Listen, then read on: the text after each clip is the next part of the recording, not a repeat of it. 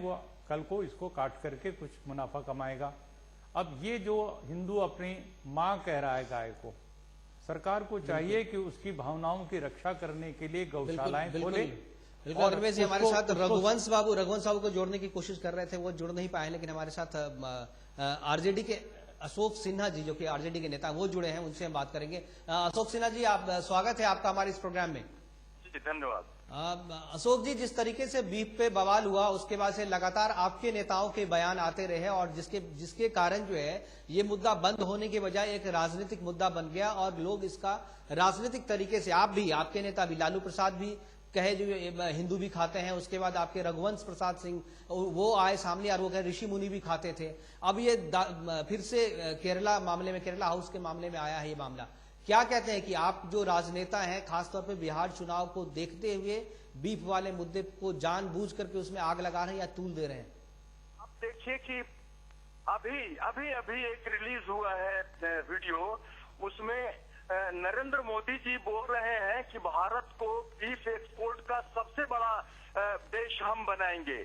और एक चीज और नहीं, आप अशोक जी से लगता है संपर्क फिर से हम साधने की कोशिश करेंगे। अशोक जी से देखिए, अशोक जी से भी जब सवाल पूछे तो वो नरेंद्र मोदी पे सीधा चले आते हैं, वो अपने नेता की बात नहीं करते हैं। सभी अपनी सुविधा के हिसाब से जो है मुद्दे को उठाते हैं। जो मुद्दा हम लोग अभी स्वामी जी ये कर रहे थे कि गौशालाओं को कैसे विकसित किया जाए, गौशालाएं कैसे उनकी संख्या बढ़े, कैसे वैसी गौ माताएं जो अब अनुपयोगी हो गई है किसानों के लिए, जो आर्थिक रूप से अब उनको मदद नहीं कर सकती है, उन गायों की देखरेख के लिए गौशालाएं होनी चाहिए, उनकी संख्याएं बढ़नी चाहिए। इसके लिए सरकार क्या करे, इस पे किसी का ध्यान नहीं है। और वैज्ञानिक तरीके से सिद्ध किया जा चुका है। बिल्कुल, सुप्रीम कोर्ट के 7 जजेस की बेंच के सामने चीफ जस्टिस लाहौटी की अध्यक्षता में बेंच बैठी।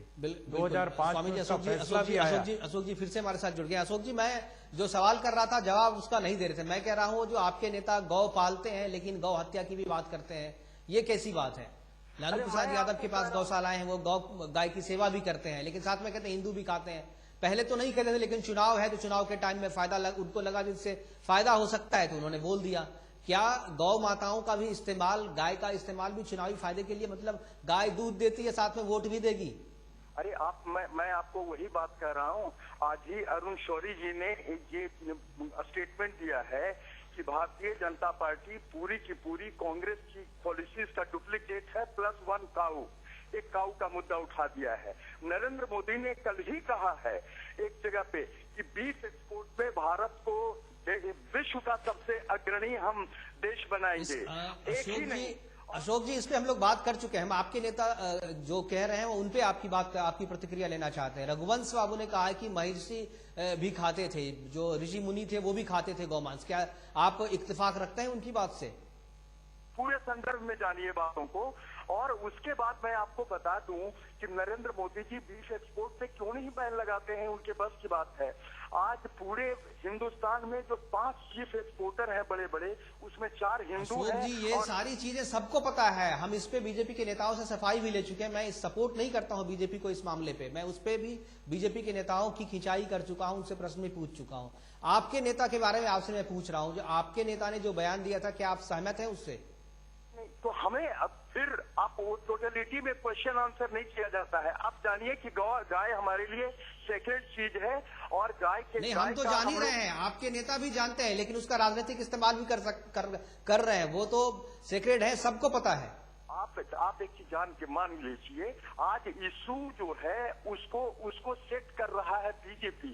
हम लोग रिएक्ट करते हैं सिंपली। ये तो बीजेपी का मुद्दा है, गाय और नहीं गाय, गौ हत्या, गाय पालना, ये सब हम लोग का वही जीवन धारा है, हम लोग का मेन स्ट्रीम है। हम लोग उस पर कुछ नहीं करते हैं। आप बताइए, 15 साल लालू का शासन रहा, लालू जी का शासन रहा, कितनी गौशालाएं खुलवाई लालू यादव ने? आपको पता नहीं होगा भाई साहब, लालू जी। मैं इसीलिए पूछ रहा हूँ आपसे, बताइए ना। मैं बतला देता हूँ। हाँ, बताइए। अभी मैं एक चैनल में हूँ, ज्यादा मैं डिटेल में नहीं, नंबर बता दीजिए ना। आप सुन लीजिए ना। हाँ, बताइए। लालू जी के पास खुद 150 गाय है अभी वर्तमान। वही तो मैं कह रहा हूँ, उनके वो तो गौपालक है, मानता हूँ। बिहार में कितनी गौशालाएं खुलवाई ये तो बताइए। ये अप्रासंगिक प्रश्न आप क्यों कर रहे हैं? अप्रासंगिक नहीं है, मूल मुद्दा यही है। स्वामी जी, आप अगर पूछना चाहते हैं कुछ तो आप पूछिए इनसे। बोलते हैं अप्रासंगिक मामला है। नहीं, मैं तो यही कहना चाहूंगा कि हम सब लोगों को बहुत चिंतित होना चाहिए। गाय की हत्या हो रही है और भैंस की हत्या भी हो रही है, और गाय और भैंस के मांस को बीफ के नाम पर एक्सपोर्ट भी किया जा रहा है और बड़े बड़े होटलों में खिलाया जा रहा है। नरेंद्र उधर मोदी जी को बोलिए कि बैन लगा दें। बिल्कुल बैन लगाएं ही नहीं, केवल जो गाय पालक हैं जिनके घर में गाय है उसको सब्सिडी दें, वो खुद हिंदू रखे अपने घर में गाय, और उसका कुछ न कुछ हर्जाना या कहिए कंपेंसेशन सरकार को देना चाहिए। और गाय के गोबर और मूत्र से जो बताया जाता है ये सब चीजें हो सकती हैं, उसका एक बड़े बड़े वैज्ञानिक तरीके से प्रयोगशाला बननी चाहिए और उसका उपयोग होना चाहिए, तो जाकर के गाय बचेगी। और ट्रैक्टर आ गए हैं, लोग बैलों को अनुपयोगी मानते हैं, क्या करें, जबरदस्ती तो नहीं रखेंगे, तो कोई न कोई सरकार को ये जिम्मेदारी लेनी चाहिए। और वो जिस प्रांत में जो सरकार है उसको आगे आना चाहिए, केंद्र में मोदी जी की सरकार को आगे आना चाहिए। अशोक जी से संपर्क हमारा टूट गया, लेकिन जिस तरीके से हम बात कर रहे थे, ज्योति जी आप भी हमारे साथ जुड़े हुए हैं, क्या आपको लगता है कि सरकार को सही में आगे बढ़ के एक नीति बनानी चाहिए जिससे कि जो गौशालाएं हैं उनका निर्माण हो, नए गौशालाएं बने, और जो गौशालाएं पहले से बनी हैं उनको वो अर्थाभाव में वो भी नहीं चल पा रही हैं, बहुत सारी गौशालाओं को आप कहें तो मूल रूप से अभी उनको संरक्षण देने की जरूरत है। निश्चित तौर पर जो आप बात कर रहे हैं बिल्कुल सही कह रहे हैं। तो बात वही कहा जा रहा है कि भारतीय जनता पार्टी अभी उनकी सरकार है, और जिस सब्जेक्ट को लेके ये वोट लेना चाहते हैं उसको छोड़ दें, राजनीति को छोड़ दें, उसको छोड़कर गाय पशुओं पर जो स्वामी अग्निवेश जी बार बार ध्यान आकर्षित करना चाहते हैं कि उन पशुओं से जो फायदे हैं। देखिए, भारत देश एक स्वाभाविक तौर पर ये एक शाकाहारी देश माना जाता है, तो उस तौर पर ध्यान दें, उसको आगे बढ़ाएं। आप देखें जो दूध से और इन गाय से जो दूध बनता है, जो प्रोडक्ट बनते हैं, उससे पूरा भारत का जीवन बेसिकली उसी से चलता है। तो उस पर ज्यादा ध्यान दें, देकर आगे बढ़ाएं। जो गौशालाएं की बात की, उस गौशालाएं को अपने ही, मैं तो कहता हूं जहां गुजरात देखें, हरियाणा देखें, पंजाब देखें, आप देखें हर स्टेट में अलग अलग नियम है, हर स्टेट में अलग अलग जुर्माना है, हर स्टेट में अलग अलग पनिशमेंट है। इन सारी बातों को भारतीय जनता पार्टी की सरकार, नरेंद्र मोदी की सरकार को ध्यान देना होगा और एक नियम बनाकर पूरे देश में इसको इंप्लीमेंट करना होगा। आप देखें गाय को किस तरह से हम देखते हैं, वो तो बेसिकली भगवान का एक बहुत सुंदर क्रिएचर माना जाता है, और भारतीय जनता पार्टी क्या कर रहे हैं, उसे एक होली घोस्ट बनाकर चारों तरफ घुमाने का प्रयास कर रहे हैं, जो पूरे भारत के हिंदुओं के अपमान की बात है। ये आप माइनॉरिटी और उसकी तो बात छोड़ें, हम तो उनकी बता रहे जो होली घोस्ट बनाने का जो प्रयास करते हैं, ये काम करना बंद करें।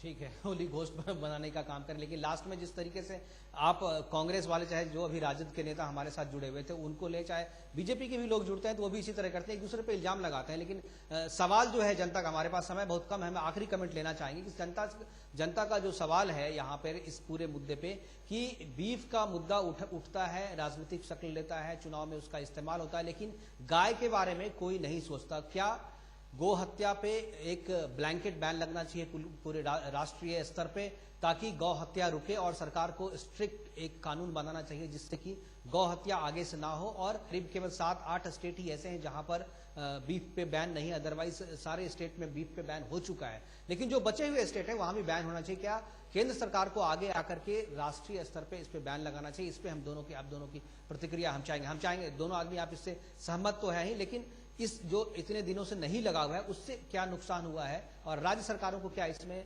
सहयोग देना चाहिए, इस पर भी आपकी प्रतिक्रिया लेना चाहिए। बहुत ही अच्छी बात, तजवीज आपने जो सुझाव दिया है इसके ऊपर फौरन से पेशतर अमल करना चाहिए, और केंद्र सरकार को इसमें आगे आकर के काम करना चाहिए। जो हमें उम्मीद थी बीजेपी और मोदी सरकार से कि वो ये करेंगे, हमें निराशा हो रही कि उन्होंने आज तक इस पर कोई इनिशिएटिव नहीं लिया। लेकिन कानूनी प्रतिबंध लगा देने से कोई बंद नहीं हो पाएगा, क्योंकि जो गरीब किसान बेचारा नहीं रख पाएगा उन गायों को या बैल को और इस तरह के अन्य पशुओं को जो अनइकोनॉमिक हो जाते हैं, उसके लिए सरकार के पास कोई न कोई उपाय होना चाहिए। जैसे अभी आप कह रहे थे, गौशालाएं बननी चाहिए या उस किसान को सब्सिडी मिलनी चाहिए, और दुनिया भर के और तरीके हैं जिससे आप गाय के गोबर और गोमूत्र के द्वारा उसको बहुत लाभकारी बना सकते हैं। वो सारे प्रयास सरकारी स्तर पर तो हो सकते हैं, एक 2-2, 4-4 किसान के लेवल पर नहीं हो सकते। बिल्कुल। तीसरी बात मैं कहता हूं, गाय को यदि हिंदू बेचता है और मुसलमान काटता है तो कभी भी इसको सांप्रदायिक मुद्दा नहीं बनाना चाहिए, और मुसलमानों के प्रति एक जो दुराव पैदा या घृणा पैदा कर दी जाती है, जिसमें से राजनीति निकाली जाती है, अरे गो हत्या ये तो मुसलमान ही कर रहा है, आंख मूंद करके हिंदू इस बात को मान लेता है और मुसलमानों के प्रति वो एक तरह की नफरत पैदा कर लेता है। ये बात बिल्कुल गलत है। हिंदू भी और मुसलमान दोनों जिम्मेदार हैं। गो हत्या हो रही है तो उधर तो बाबर जैसे लोगों ने रुकवाया था, हुमायूं ने रुकवाया था, टीपू सुल्तान ने रुकवाया था, और कुरान शरीफ तक में, हदीस तक में है कि गाय का गोश्त जो है वो गलत है, गाय का दूध जो है वो शफा है। तो कहने का मतलब मुसलमानों को नाहक बदनाम कर रहे हैं। बिल्कुल, उसके कारण में जाना चाहिए और उसके मूल जो जड़ है कारण, उसमें जाकर के समस्या का हल ढूंढना चाहिए। एक चीज पांचजन्य में एक बात मिली थी, उसका भी जिक्र करना चाहूंगा आपसे स्वामी जी, कि जो गो हत्यारे हैं उनके लिए मौत की सजा सुझाया गया है। उसमें क्या आपको वेदों में वो बात आती है, बिल्कुल, लेकिन वो बिल्कुल गलत है। गो हत्या कोई कर भी रहा हो सामने, तो आपको कोई अधिकार नहीं है कि कानून अपने हाथ में ले लें और उसकी हत्या कर दें। गो हत्यारा करने वाले, आप कानून में जाइए, सरकार है, और वो जो वेद का मंत्र है उसमें सीधे सीधे है कि जो सत्ता है सरकार या हुकूमत, उसके द्वारा उसको दंडित किया जाना चाहिए।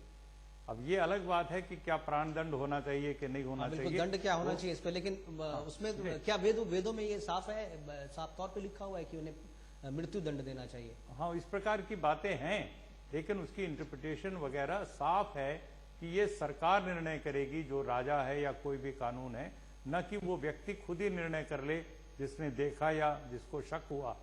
इस प्रकार से खुली छूट दे दी गई तो फिर बिल्कुल, तो किसी को भी कोई मार देगा। बिल्कुल बिल्कुल। तो आज प्रोग्राम में हम इतना ही यहीं पर खत्म करते हैं, लेकिन एक चीज़ जाते जाते हम आप दर्शकों को ये बताना चाहेंगे और अपने दोनों मेहमानों को भी बताना चाहेंगे कि जिस तरीके से बीफ पे बवाल होता है या गौ हत्या होती है, तो उसके बाद जो प्रतिक्रिया होती है, जैसा कि पांचजन्य में भी लिखा है चतुर्वेदी जी ने कि ये एक स्वाभाविक प्रतिक्रिया थी। जो दादरी में जो हुआ वो गौ हत्या के प्रति जो है एक स्वाभाविक प्रतिक्रिया थी।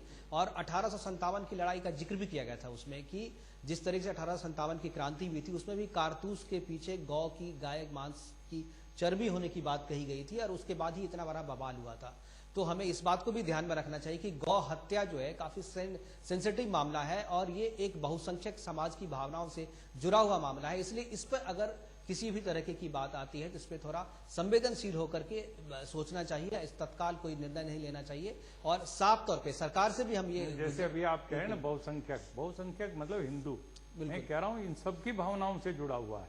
बिल्कुल, चाहे गंगा है, चाहे गाय है, चाहे कोई है, आखिर मुसलमान क्या गाय का दूध नहीं पी रहे हैं? बिल्कुल, वो भी चाहते हैं। लेकिन यदि आप कोई बेचेगा उसको और उसके बाद ये जानते हुए कि कसाई इसको काटेगा, तो केवल मुसलमानों को दोष देना ठीक नहीं, या फिर मतलब बेचने वाला, बिल्कुल, जो बेचने वाला और खरीदने वाला दोनों, और मेरे ख्याल से जो बेचने के लिए मजबूर, क्योंकि जनता और जो कानून के अंदर, अगर कानून के बाहर कोई बात होती है तो वो गलत है, और कानून के अंदर जो बात होती है, कपड़ा पहनना और खाना अपनी सबकी अपनी चॉइस होती है, कांग्रेस पार्टी का साफ मानना है। बिल्कुल बिल्कुल। और अभी जो हम गलियों में देखते हैं, बाजारों में देखते हैं, कूड़े के ढेर के ऊपर लोग अपने घर की गाय को दूध निकाल करके और वहां छोड़ देते हैं। बेचारी पॉलीथीन के थैले खा करके कितने कष्ट में मर रही है, हजारों लाखों गाय मर रही हैं।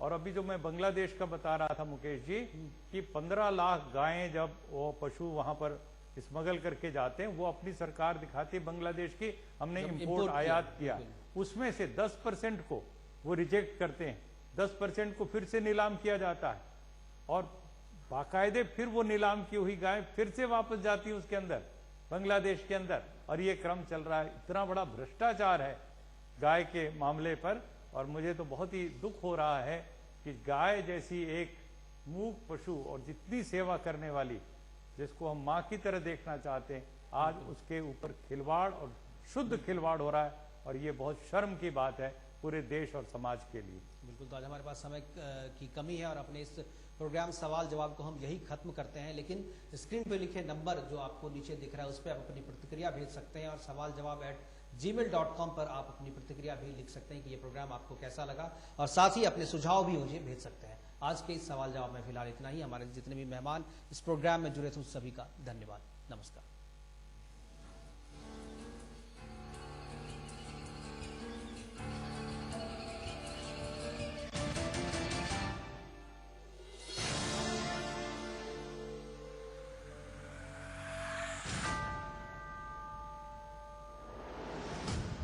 happy when I'm up and I'm happy when I'm down.